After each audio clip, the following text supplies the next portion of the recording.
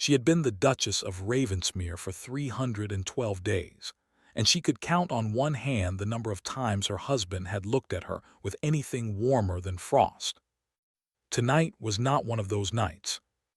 Alara stood near the towering windows of the Ashford ballroom, her back pressed against the cool glass as if she could somehow fade into the night sky beyond. The champagne flute in her hand was still full, the bubbles long dead. She had not taken a single sip. She could not when her throat was so tight that swallowing felt like drowning. Behind her, just beyond a marble pillar, Lady Pemberton's voice cut through the music with surgical precision. Of course, he only married her out of duty. The late Viscount Rothwell was his father's dearest friend. When the Viscount died, His Grace had no choice but to take the penniless daughter off the market. A younger voice, dripping with false pity, answered, "It must be unbearable, watching her cling to him like that. Everyone knows he was meant for Lady Catherine. The Dowager Duchess practically raised the girl to be his bride." "Shame," Lady Pemberton sighed. "A beautiful face wasted on a marriage that will never be real." Alara's fingers tightened around the stem of her glass. She did not turn around. She did not flinch. She had learned over these 10 months that showing pain in public only invited more knives. Instead, she lifted her gaze and found him. Aldrich Ashworth, the Duke of Ravensmere. He stood across the vast ballroom, a head taller than every other gentleman present, his dark hair swept back from a face that sculptors would weep to capture. He was speaking to Lord Whitmore about something undoubtedly political, his expression perfectly composed, perfectly cold.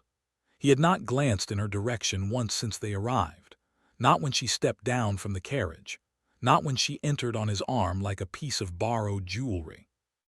Not now, while her humiliation was being dissected by every titled vulture in the county. And beside him, radiant in ivory silk, stood Lady Catherine Beaumont, the woman who should have been his duchess. Catherine laughed at something he said, touching his sleeve with an intimacy that made Alara's stomach twist. The Duke did not pull away. He never did. Catherine was his childhood friend, his mother's favorite, the woman who had been absent in Italy when duty had forced him to offer for Alara instead. Now she was back, and the entire ton was watching to see which wife Aldrich would choose in his heart. Alara already knew the answer. It had never been her. The ballroom began to feel impossibly small. The candlelight burned too bright. The orchestra's waltz became a mockery of something lovely. She set her glass on a passing tray, nodded silently to no one in particular, and walked, not toward her husband, not toward the exit that would cause a scandal, but toward the quiet corridor beyond the east parlor, where the air was cooler and no one would notice if a duchess disappeared for a few minutes. She made it to the small, dim library before her legs gave way. She sank onto a settee, pressed her palms against the velvet, and breathed. In, out, in, out. The tears did not come. They had stopped coming months ago. All that remained now was a hollow ache that lived permanently beneath her ribs, a quiet companion she had stopped fighting. She had entered this marriage with hope.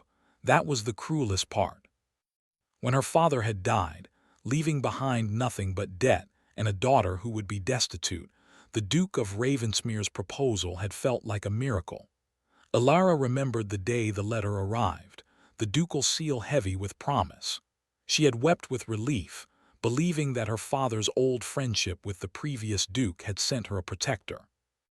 And Aldrich, when he came to collect her, had been so devastatingly handsome, so solemnly gentle in those first few days that she had allowed herself to imagine a future, a slow unfurling of affection, a partnership, perhaps even love in time. She had been a fool. The wedding night had passed with polite distance. He had kissed her forehead and retired to his own chambers. The weeks that followed were a masterclass in absence. He was always busy, always in his study, always riding out to the far edges of the estate. When they dined together, silence stretched between them like a frozen lake. She tried. She asked about his day, his tenants, his boyhood. He answered in monosyllables, his gray eyes never quite meeting hers. And then Lady Catherine returned from the continent, and Alara finally understood. He had not been incapable of warmth. He had simply been saving it for someone else. In the library's quiet, she let her head fall back and closed her eyes. She was 22 years old, a duchess in name only, and so lonely that she had begun talking to the portraits on the walls just to hear a voice answer. That night, something inside her shifted. Not dramatically, not with anger, but with a quiet, exhausted clarity. She could not keep pouring her heart into a man who did not want it. She could not keep standing in ballrooms waiting to be acknowledged. She could not keep hopping. She would stop hopping. She would find something else to live for. The morning after the ball, Alara woke early and dressed without ringing for her maid. The gray light filtering through the curtains felt appropriate. She chose a simple wool gown the color of heather, practical and unadorned, and pinned her honey-brown hair into a modest knot. She looked less like a duchess and more like the daughter of a country viscount who had once mucked about in gardens and read too many books by candlelight. The reflection in the mirror almost made her smile. It was the most herself she had felt in months. She left Ravensmere Hall through the servants' entrance, a small act of rebellion that no one would witness. The gravel path crunched beneath her half-boots as she walked past the manicured hedges and into the sprawling woodland that bordered the estate. She had no destination, only a desperate need to escape walls that felt increasingly like a gilded cage. She walked for nearly an hour, following a narrow path that sloped downhill toward the village. She had never been to the village. The Duchess was expected to receive callers at the hall, not tramp through muddy lanes like a commoner. But today she did not care. Today she needed to breathe air that did not taste like disappointment. The village of Ashford-on-Wold was smaller than she expected, a cluster of stone cottages, a smithy, a church with a leaning steeple, and a little market square where geese wandered freely. No one recognized her. Why would they? She had never been introduced to these people, never been shown to them as their new duchess. She was a ghost in her own life. It was in the square that she saw them. A cluster of children, perhaps a dozen, sitting on upturned crates outside a shuttered old building with a crooked sign that read Ashford Charity School. The door was chained. The windows were dark, and the children simply sat there, as if waiting for someone who would never arrive. Alara stopped. "Why isn't the school open?" she asked an old woman selling turnips nearby. The woman squinted at her. "Teacher left 6 months past. No coin to pay a new one.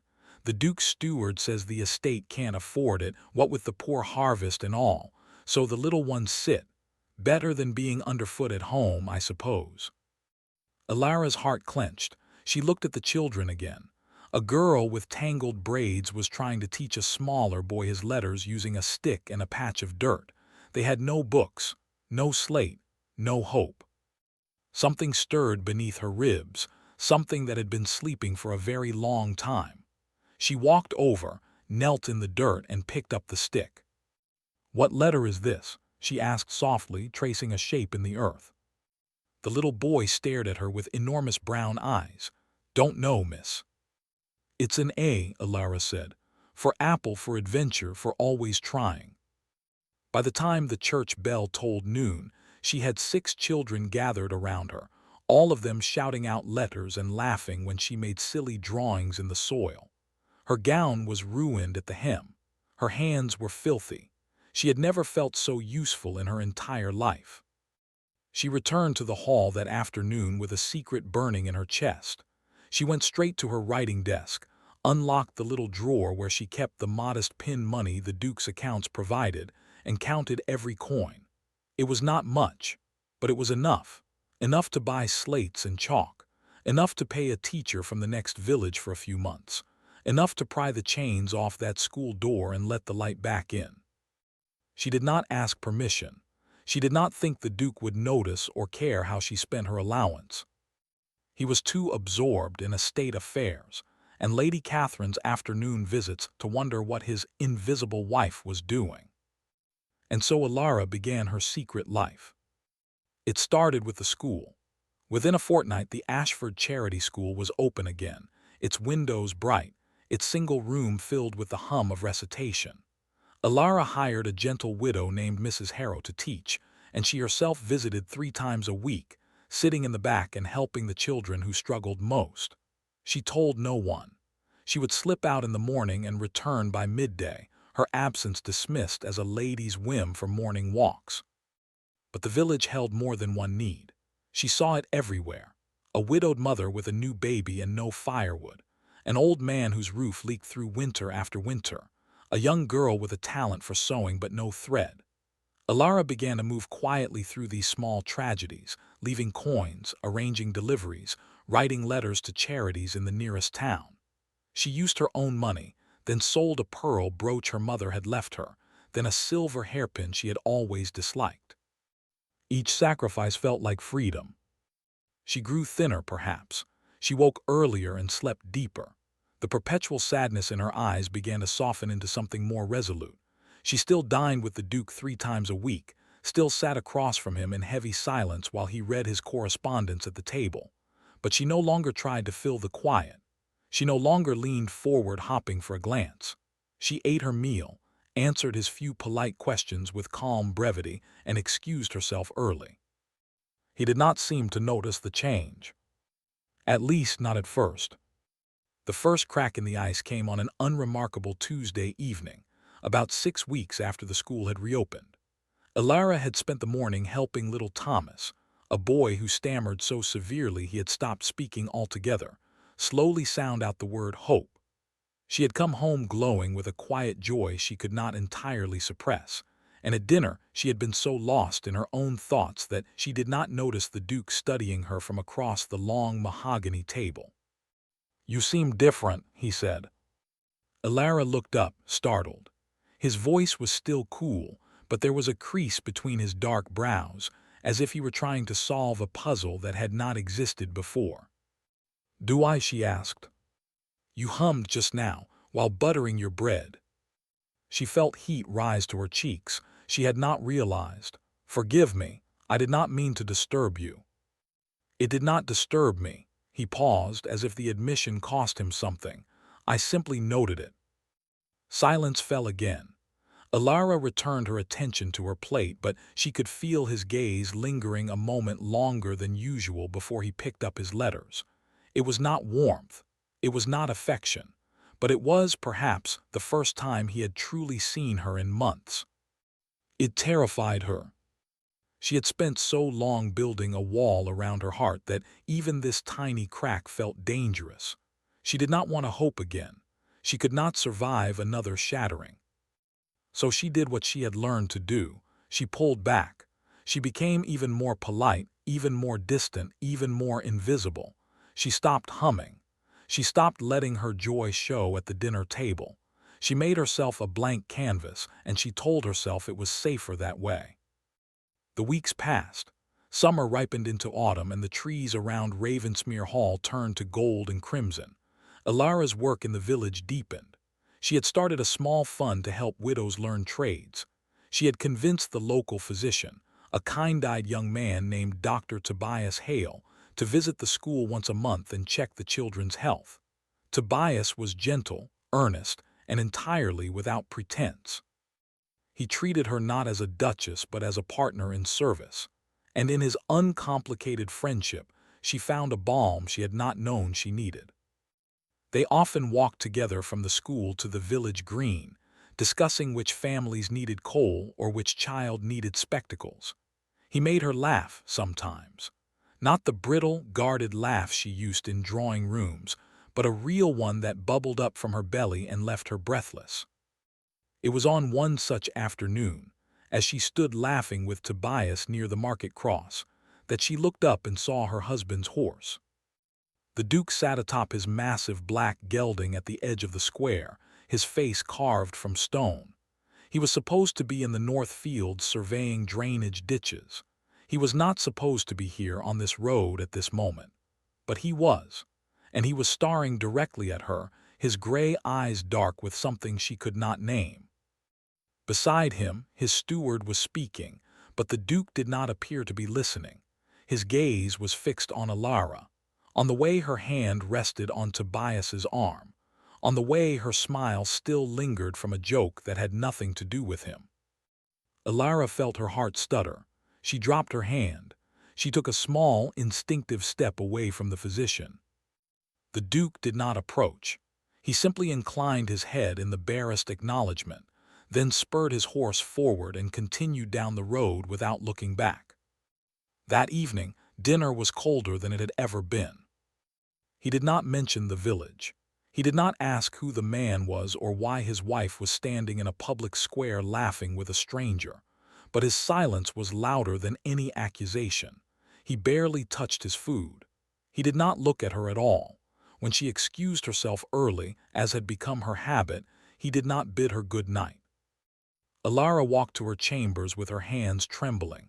She did not understand why his displeasure should affect her so deeply when she had long stopped seeking his approval. She had done nothing wrong. Tobias was a friend, nothing more. The Duke had no right to be angry. He had Lady Catherine. He had his cold, perfect life. He had chosen distance. So why did his silent fury feel like a wound? She sat on her bed, pressed her hands to her face, and took a slow, shaking breath. She would not cry. She had not cried since that night in the library, and she would not start now. She had built something real, something good, something that belonged only to her. She would not let him take that too. But the loneliness that night was a physical thing, a weight on her chest that made every breath an effort. She had not realized how much she still, somewhere in the deepest, most foolish corner of her soul, wanted him to see her, really see her, not as a duty, not as a mistake, but as a woman worth loving. She fell asleep with that ache coiled around her heart like a vine. The morning brought no relief. She breakfasted alone, as she always did. The Duke had already ridden out. The hall was quiet, the servants tiptoeing around attention they did not understand. Alara considered going to the village but found she could not summon the energy. Instead, she retreated to the small private parlor that was hers alone, a room she had slowly filled with books and embroidery and the little comforts that made life bearable. She sat by the window with a book she did not read and stared at the gray autumn sky. A knock came at the door. Her maid entered looking flustered.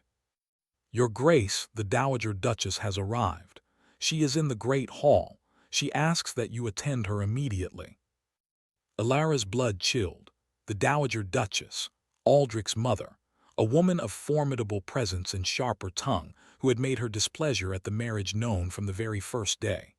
The Dowager had never been openly cruel, but her disappointment hung in every room like stale smoke. She had wanted Lady Catherine for her son.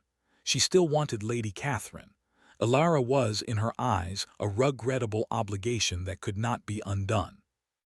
Alara smoothed her gown, checked her hair, and walked to the great hall with the calm of a soldier marching into a battle she knew she would lose.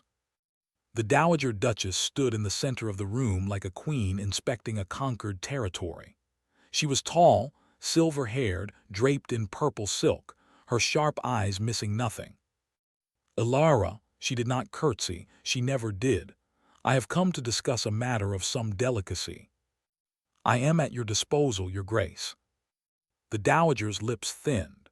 "I have heard troubling reports.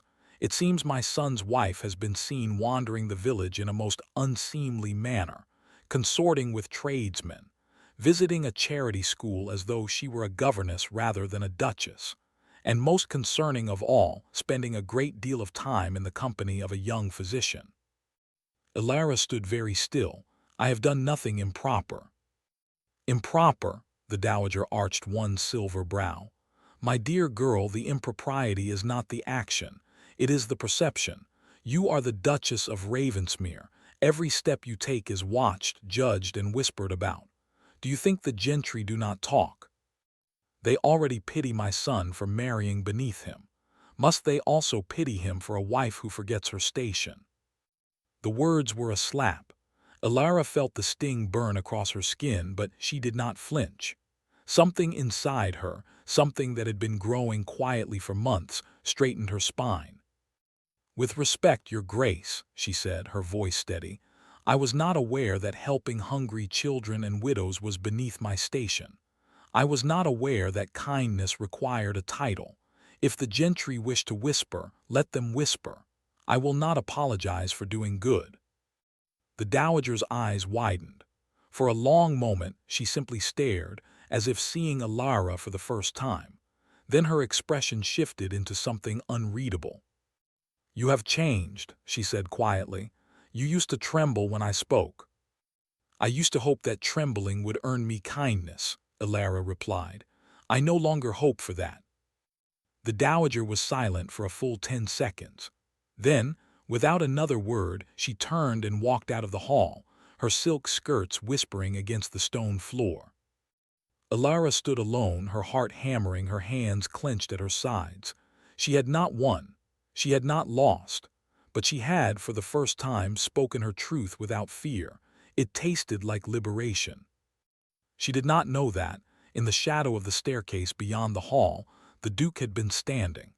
He had heard every word, and the expression on his face was one no living soul had ever seen on Aldrich Ashworth before. Doubt. The following week brought an invitation that Alara could not refuse. A country assembly at the home of Lord and Lady Fairfax, the most influential family in the county. The Duke informed her of the engagement with his usual brevity at dinner, and she nodded with her usual calm. They would attend together, present the image of a united couple, and leave as soon as propriety allowed. It was a familiar script. But this assembly would prove to be unlike any other. The Fairfax estate was a blaze of candlelight and laughter when they arrived. Alara wore a gown of deep forest green, a color that brought out the gold in her hair and the quiet strength in her eyes. She did not cling to her husband's arm. She walked beside him with a composure that felt almost foreign, her chin high, her shoulders back. She was no longer the timid girl who had entered these rooms hopping to be accepted. She was a woman who had found her own worth, and that worth did not depend on the approval of strangers. The Duke noticed. She could feel it in the way his gaze flicked toward her more than once as they made their way through the crowd.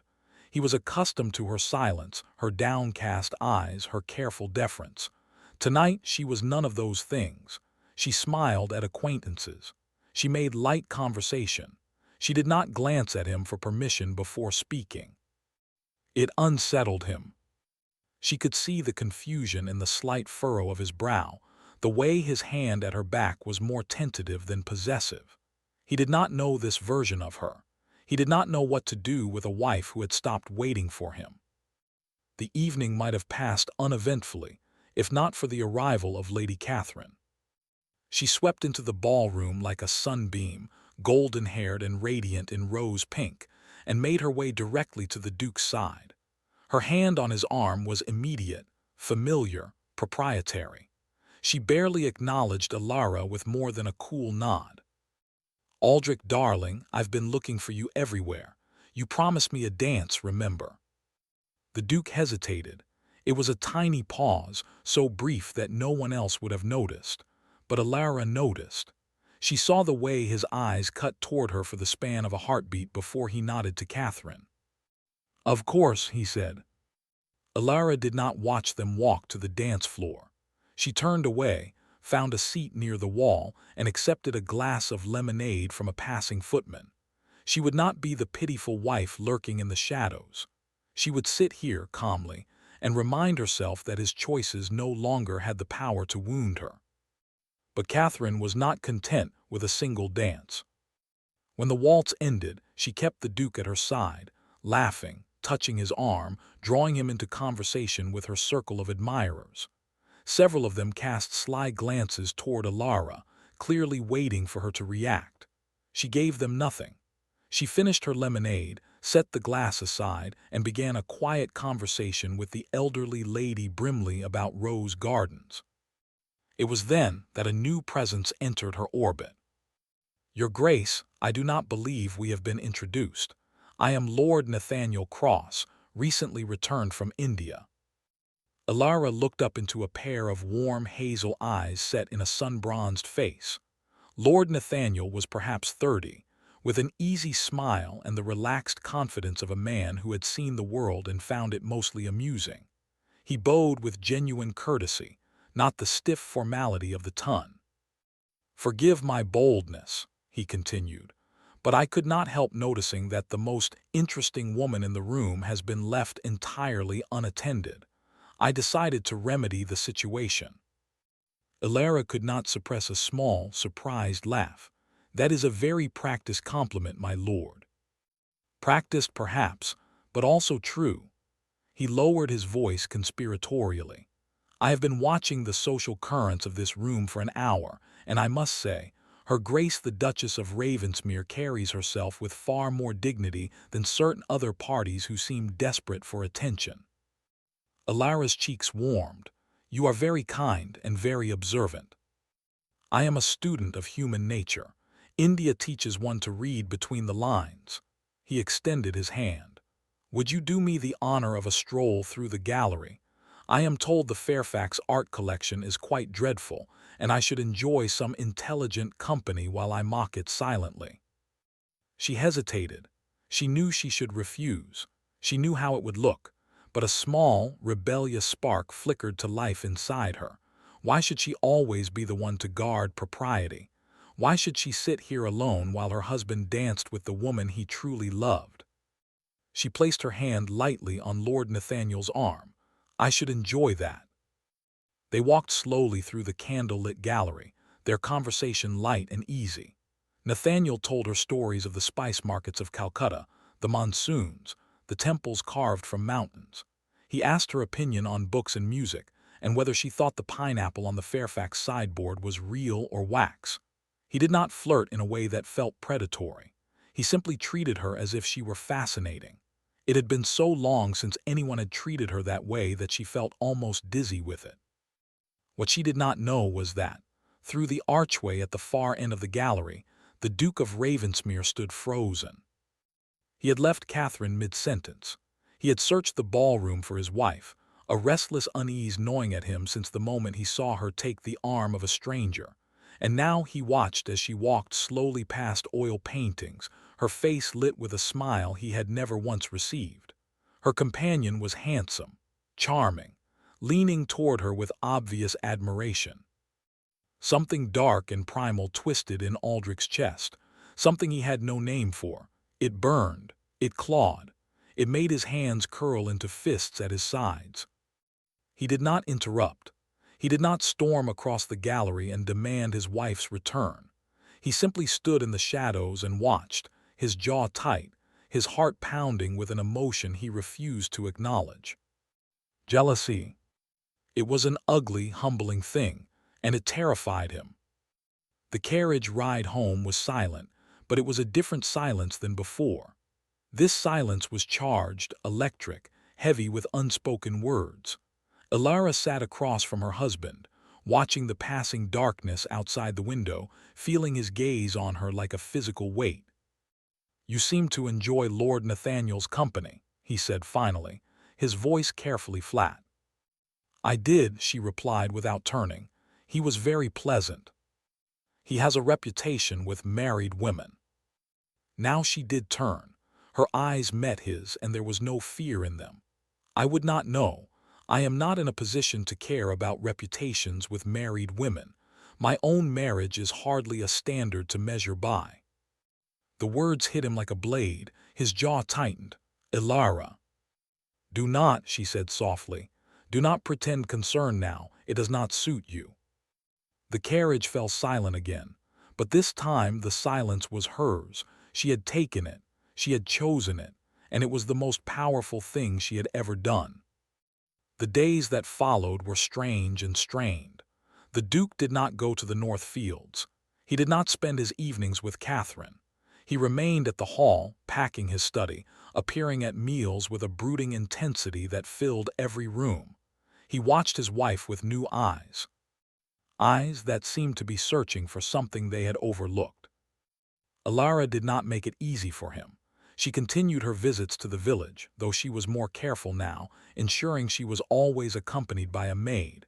She did not seek out Tobias's company beyond the necessary coordination of the school's health visits. She did not give her husband any cause for suspicion, but she also gave him no warmth. She was polite, distant, perfectly composed, the blank canvas she had become. It was driving him slowly mad.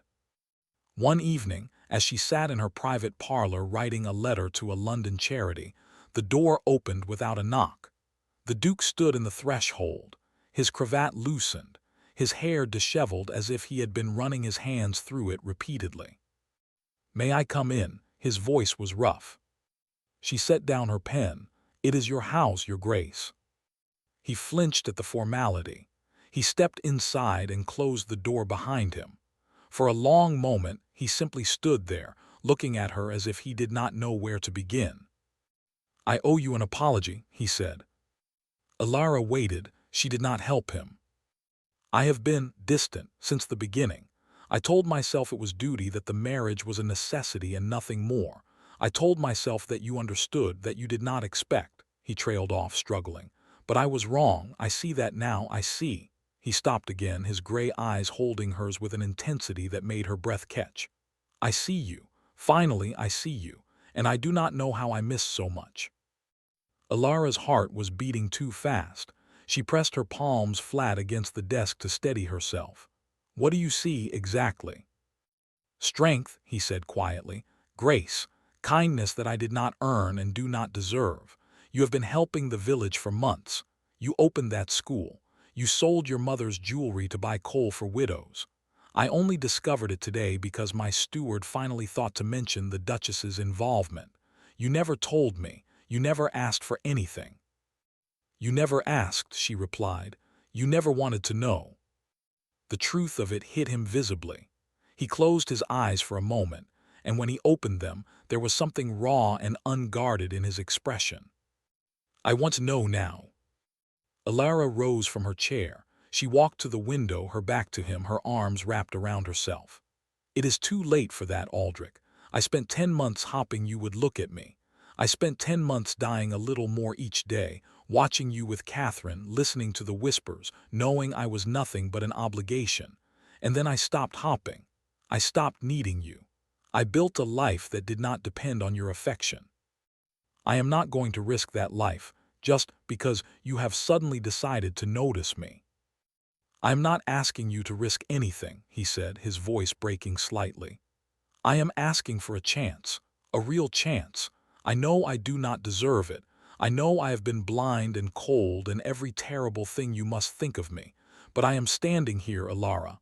I am standing here and I am begging you, please, look at me." Slowly she turned. There, in the dim lamplight, the Duke of Ravensmere looked nothing like the cold, untouchable man she had married. He looked lost. He looked desperate. He looked like a man who had just realized he might lose something precious and had no idea how to hold on. "I do not love Catherine," he said. "I never did. She was a family expectation, a habit, nothing more. I realize now that I used her to keep distance because distance felt safe, because I was a coward, but you are the one who makes this hall feel less empty. You are the one I cannot stop thinking about.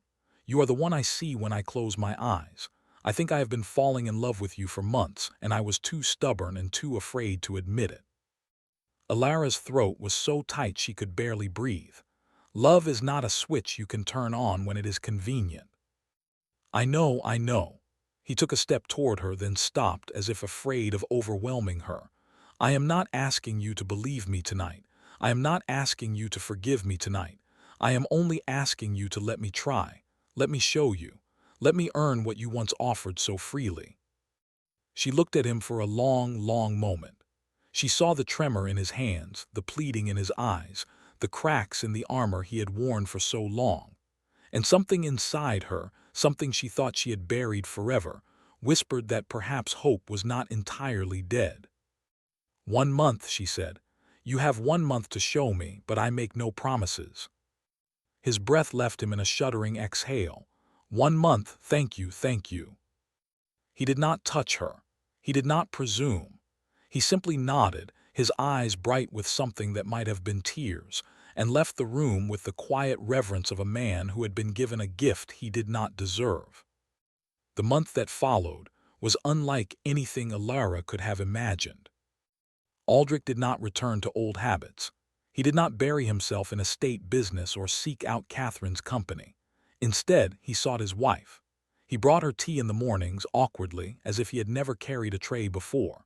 He asked her about the school, listened intently as she described each child by name, and offered to fund a new roof from his personal accounts. He walked with her through the gardens, their conversation slow and careful, two strangers learning each other for the first time. He was not perfect. Sometimes he retreated into old silences, his face closing off when a topic touched something painful. But he always came back. He always tried again. And Alara, despite her walls, began to see the man beneath the title. A man who had lost his father young. A man who had been raised by a cold mother and taught that emotion was weakness. A man who had never learned how to love because no one had ever shown him. She saw his wounds, and slowly, reluctantly, she began to care. The turning point came on an evening in late autumn, when the first frost had painted the windows silver, and the hall was quiet with the hush of approaching winter. Alara had returned from the village later than usual, chilled and exhausted, to find Aldrich waiting for her in the great hall. His face was pale. His eyes were shadowed. In his hands, he held a small wooden box. "I found something today," he said, his voice strained. "In your writing desk. I was looking for a pen and forgive me, I should not have pried." Alara's heart plummeted. She knew exactly what he had found. The box. The box she kept locked, containing the letters from her father's old housekeeper, the only person who knew the truth about Lily. "Aldrich, you have a sister," he said, and his voice was not accusing. It was wondering. "A half-sister. A little girl of 10 years, hidden in a cottage on the edge of the estate. You have been visiting her every week, supporting her, protecting her, and you never told anyone." Alara stood frozen. The secret she had guarded so fiercely, the promise she had made to her dying father, was now laid bare. Her father's shame, the child born to a servant girl who had died in childbirth, a child he had acknowledged only in secret and begged Alara to protect. The scandal would have ruined them both. The Duke could have annulled the marriage if he had known she brought such a shadow into his house. "I was afraid," she whispered. "I was afraid you would send her away, that you would be disgusted, that you would hate me for the deception." Aldrich set the box down. He crossed the hall slowly, his boots echoing on the stone, and stopped before her. He lifted his hand and with infinite gentleness touched her cheek. "You have been carrying this alone," he said. "All this time, while I ignored you, while I made you feel invisible, you were protecting a child, sacrificing your own happiness, and I did nothing but wound you. I did not want your pity." "It is not pity, Alara, it is awe." His thumb brushed away a tear she had not realized she had shed.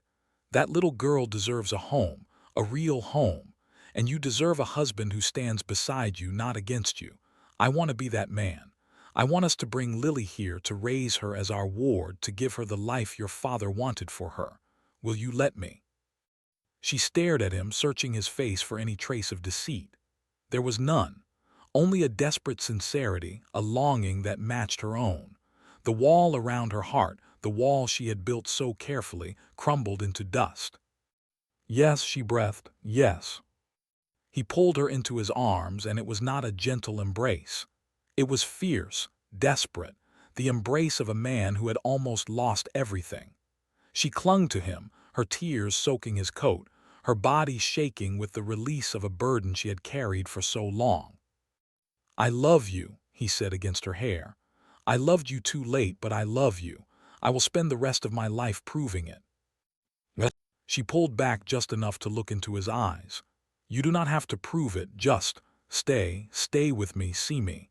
That is all I ever wanted." He kissed her forehead. He kissed her cheeks. He kissed her with a tenderness that spoke of new beginnings. And in that moment, the cold halls of Ravensmere felt, for the first time, like home. Winter came, and with it a quiet transformation. Lily was brought to the hall, a shy, dark-haired child who clung to Alara's hand and stared at the grand rooms with wide, frightened eyes. Aldrich knelt before her, this formidable duke, and spoke to her as gently as if she were made of glass. He promised her a pony. He promised her a room with yellow curtains. He promised her that she would never be alone again. The Dowager Duchess, when informed, was predictably frosty, but even she could not maintain her ice in the face of her son's unwavering resolve and the quiet dignity of the daughter-in-law she had underestimated. Slowly, grudgingly, she thawed. She even deigned to visit the school once, and though she made no compliments, she made no criticisms either. For the Dowager Duchess, that was practically a declaration of love. Catherine, upon hearing that the Duke had fully and finally committed to his wife, retreated to London with a grace that surprised everyone. She would marry a marquis the following spring, and the scandal sheets would call it a brilliant match. Alara found she could wish her well without bitterness. Catherine had never been the true obstacle. The true obstacle had always been the distance between two hearts that did not know how to reach each other. On the first anniversary of the night Alara had stopped hopping, Aldrich took her to the frozen lake at the edge of the estate. The stars were impossibly bright, the snow a soft blanket of silence. He wrapped his greatcoat around both of them and held her close. "I almost lost you," he murmured. "I wake up every morning afraid it was a dream, that you have gone back to your walls and your silence." She tilted her head up to meet his eyes. "I am not going anywhere. You have made yourself impossible to leave." "Good," he said. "That was my strategy." She laughed, a sound that had become more frequent in the past weeks, and he kissed her under the winter stars with a warmth that defied the cold. In the months that followed, the Ashford Charity School expanded to 2 rooms. A new teacher was hired. Lily blossomed under the attention, her stammer fatting, her laughter filling the halls.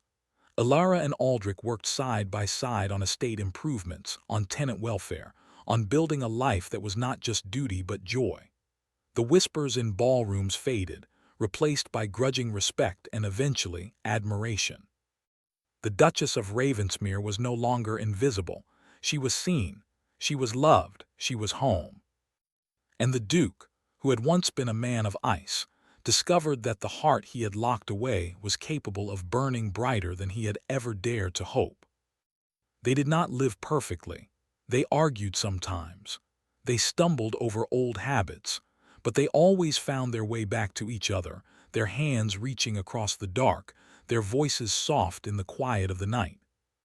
"I love you," he would say, and the words no longer felt like a confession. They felt like the truth. "I know," she would answer, her smile a sunrise. "I know." And that, after all the silence and the longing and the pain, was finally enough.